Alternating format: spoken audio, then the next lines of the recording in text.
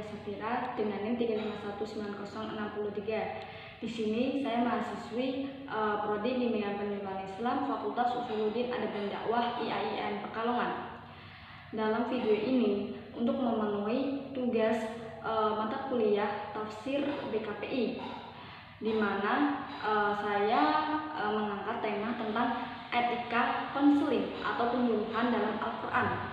Konseling atau penyuluhan dilakukan dengan lemah lembut, tidak merendahkan orang lain. Surat Al-Imran ayat 159. Bismillahirrahmanirrahim.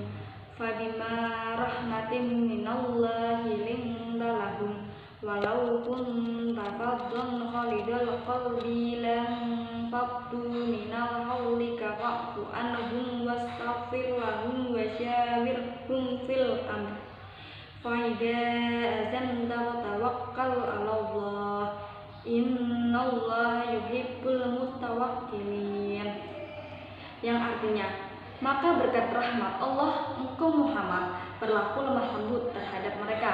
Sekiranya engkau bersikap keras dan berhati kasar, tentulah mereka menjauhkan diri dari sekitarmu. Dalam tafsirannya, ayat ini menunjukkan akhlak terpuji Rasulullah, yaitu yang lemah lembut, tidak bersikap keras dan tidak berhati kasar. Melalui ayat ini, Islam menyeru kaum muslim untuk mengembangkan akhlak terpuji di hati mereka. Akhlak, karena akhlak yang baik merupakan cerminan dari diri Rasulullah SAW. Tak terkecuali bagi konselor muslim. Seorang konselor muslim harus memiliki akhlak terpuji karena ia merupakan contoh bagi klien yang dibimbingnya. Ketika menghadapi klien, seorang konselor harus bersikap sabar, yaitu dengan menunjukkan sisi lemah lembutnya dan tidak mudah terpancing emosi terhadap perkataan klien.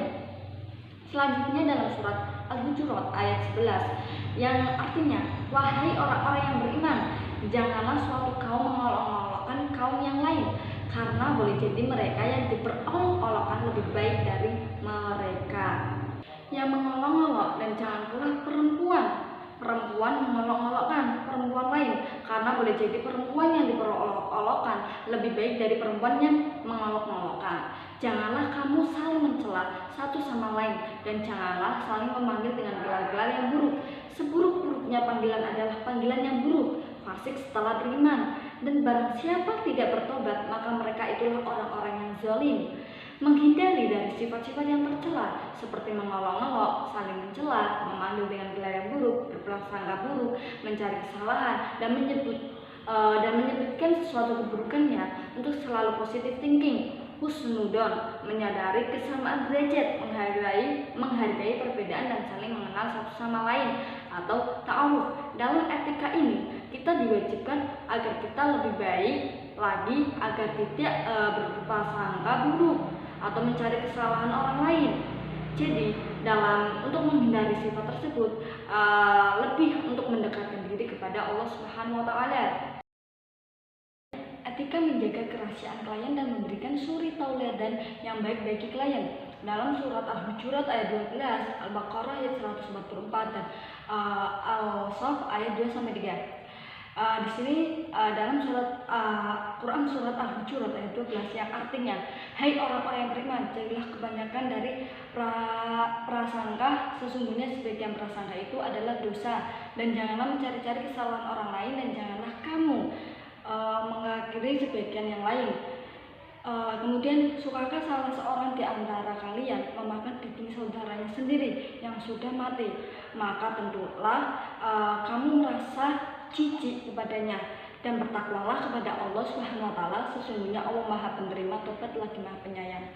Memberikan suri tauladan yang baik, contoh yang mampu menjadi penjelas akan perilaku yang diharapkan hingga bisa dibiasakan, dan juga perilaku yang tercela hingga bisa dihindari. Dalam penggambaran Islam, akan konseling Islam dapat menunjukkan pandangan Islam akan tabiat manusia, baik konsistensinya maupun penyimpangan perilakunya.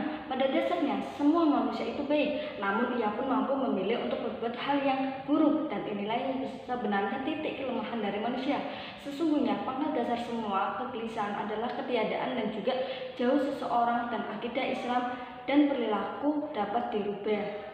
Untuk menjaga kerahasiaan dan memberikan suri tauladan yang baik bagi klien, dapat dikatakan membangun hubungan yang kuat dan baik, didasari dengan saling menghargai, saling percaya, dan dapat dipercaya antara konselor dan klien. Rasulullah adalah suri tauladan bagi kaum muslimin dan contoh terbaik bagi seluruh manusia, baik dari segi akhlak, perilaku maupun dari pembawaannya yang baik dan lembut, dan juga dapat menjaga rahasia dalam artian menjaga amanah, tidak untuk disampaikan ke orang lain, akan tetapi dirahasiakan. Mungkin itu saja yang dapat saya sampaikan dan yang saya dapat jelaskan. Kurang lebihnya saya mohon maafkan apabila ada tutur kata saya dalam pengucapan dan penjelasannya tadi, yaitu ada kekurangan. Mohon maaf sebesar-besarnya. Wallahu muwaffiq ila aqwamit thoriq. Wassalamualaikum warahmatullahi